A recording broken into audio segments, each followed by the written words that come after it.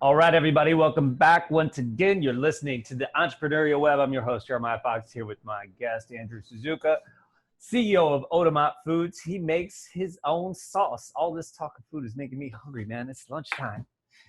So you said some really great stuff in the first segment, one of which I want to highlight a little bit, which really drives to the core of the entrepreneurial mindset was you were like, there's this need.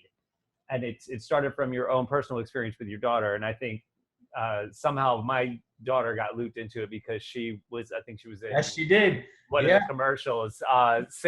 You recognize a big need among parents, especially where we're at, that everybody's pretty vocal about this issue. That I've got three daughters, the first of which she's almost 13. She'll eat anything. She eats anything and everything and has never been that picky.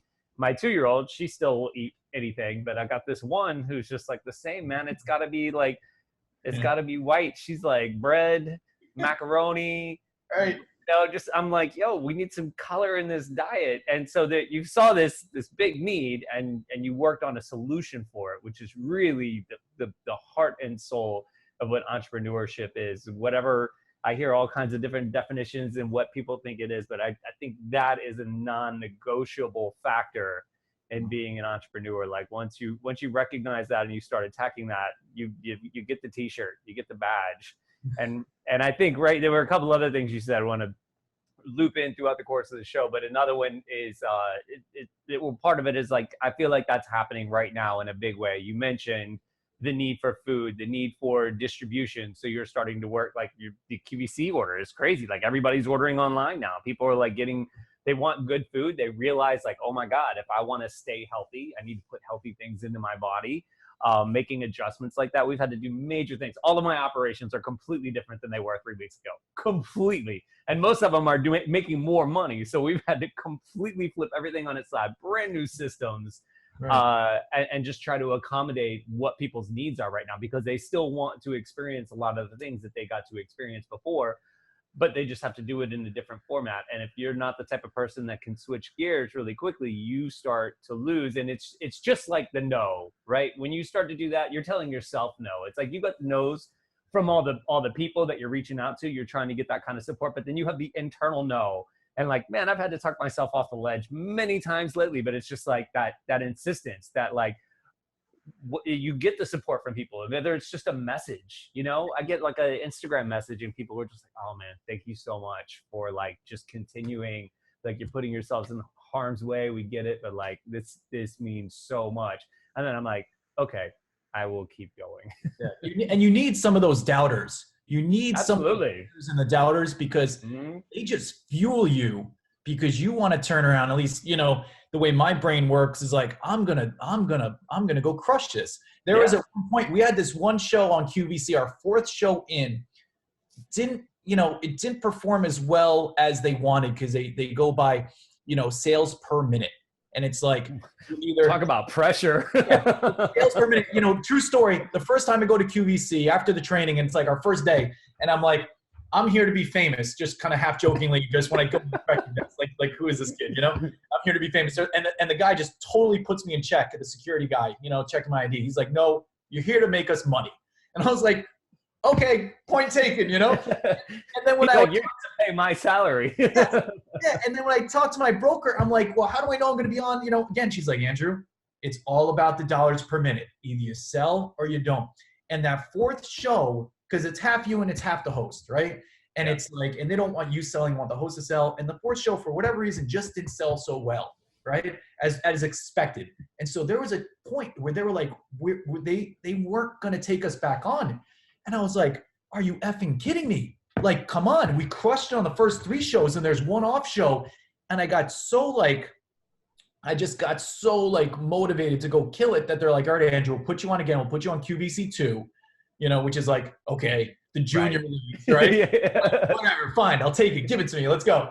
So they give it to me, and then we crushed it by 4 times our target. Right after that, we go on. They said, all right, Andrew, you're going on with David. And David Venable is the guy. If you're in food and you're on QVC, or even if you're on QVC and you're in food, and everyone and their grandma is going to be like, are you on with David? Are you on with David? Like, David's the guy. And I'm like, who the hell's David? Turns out David is the guy. He is legend. So when we went on with David, David and I sold 20,000 jars in 8 minutes. In 8 minutes.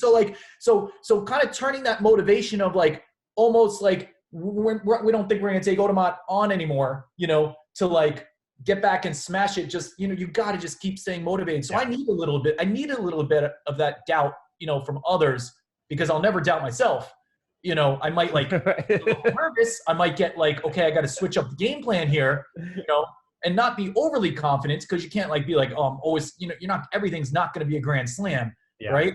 And you have to be comfortable being uncomfortable in a lot of situations. And there's a lot of unknowns, especially now, but yeah, you need some of those haters. That's the other part of you need the internal, do the right thing motivation. It has to stem from something that drives you.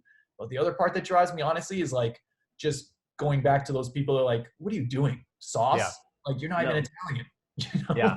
No, the adversity is a huge thing. I mean, I've read psychological studies where they said that people actually learn more in adverse situations because your awareness is heightened. The need for it, like they say, necessity is the mother of all invention. You're just like, your back is against the wall. That's when you really take it on and have those aha moments where when things are good, you're just like, oh, you're coasting. You might make some good decisions. You might hit a grand slam or two, but you don't need it the same way. And I feel it right now. And part of what is exciting for me right now in the midst of all this is that there's just tons of adversity.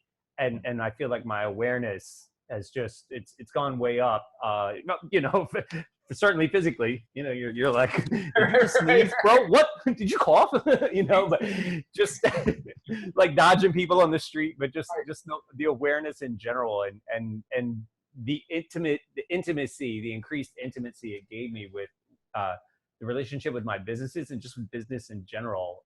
I'm really grateful for that. And I feel like whoever lays into that right now, because certainly we are going to see a lot of places disappear in the next few months. A lot of places just will not come back. I feel like the people that are tapping into that adversity right now are the people that will really weather this well. I hope. I mean, the CPMs, I mean, for us, I mean, I got this annoying email from one of our investors the other day, right?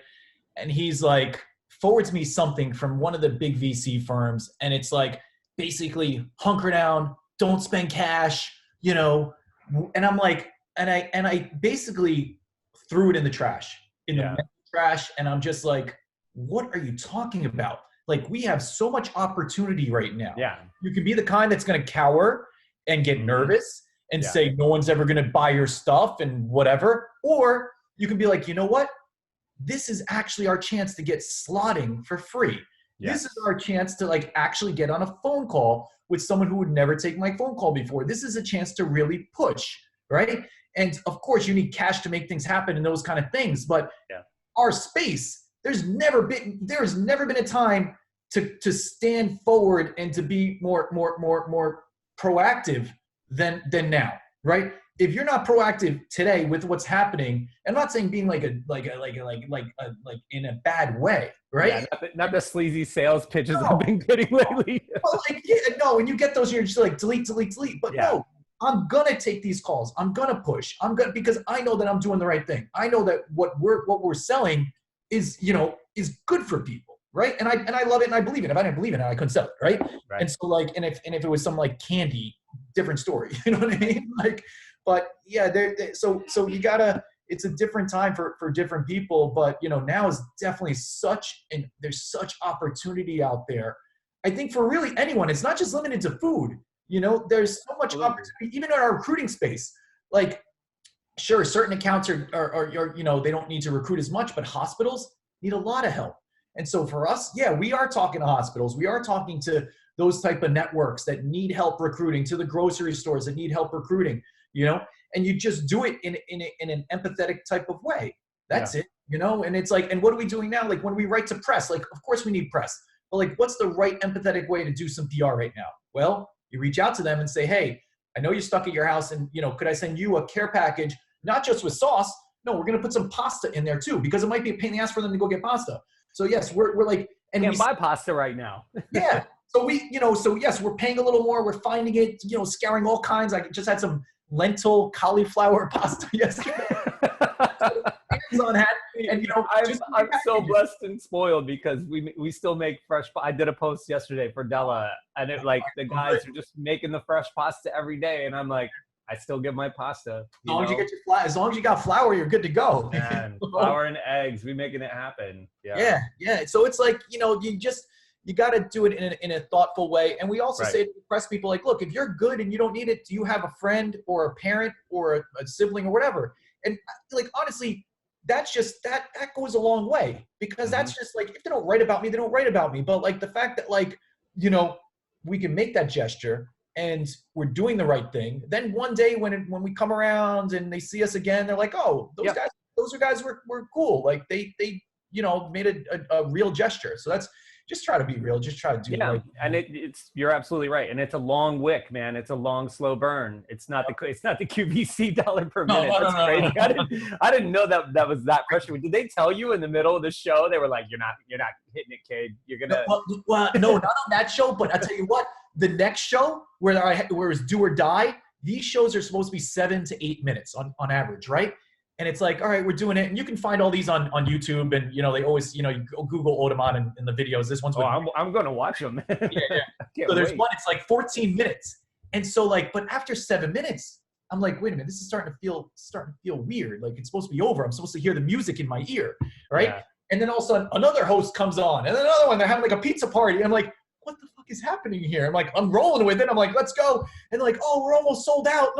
And it turns out the show is going so well that they extend the time in real time. To keep you going. So it's like, it was fun. And of course, I'm like on cloud 9 leaving afterwards. I got my 2-hour drive back to Brooklyn, and I'm like, blast the music, calling friends. Trying not to text and drive because that's not cool. But you're just like, it's cool. But the show before that, I was like sad. I was like. You were hearing the music in 5.5 minutes. You're like, that's a little early, isn't it? Right. And they can do that. They can do that. So, it's just, you just got to roll with it and always look at the positive and take any challenge as any downside is like a challenge. Like, okay, what did I do? And just try not to blame the other people. I can say, the host sucked, but then I'm like looking at that show and watching it again and again.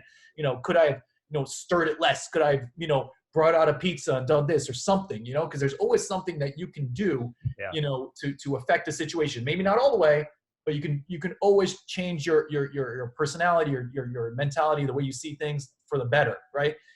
Yeah. And so, that's what I'm trying to do right now and have fun. You got to have some fun with this stuff. Awesome. Well, we're going to take another short break. We'll be back in just a few, all right? You're listening to Entrepreneurial Web, everyone.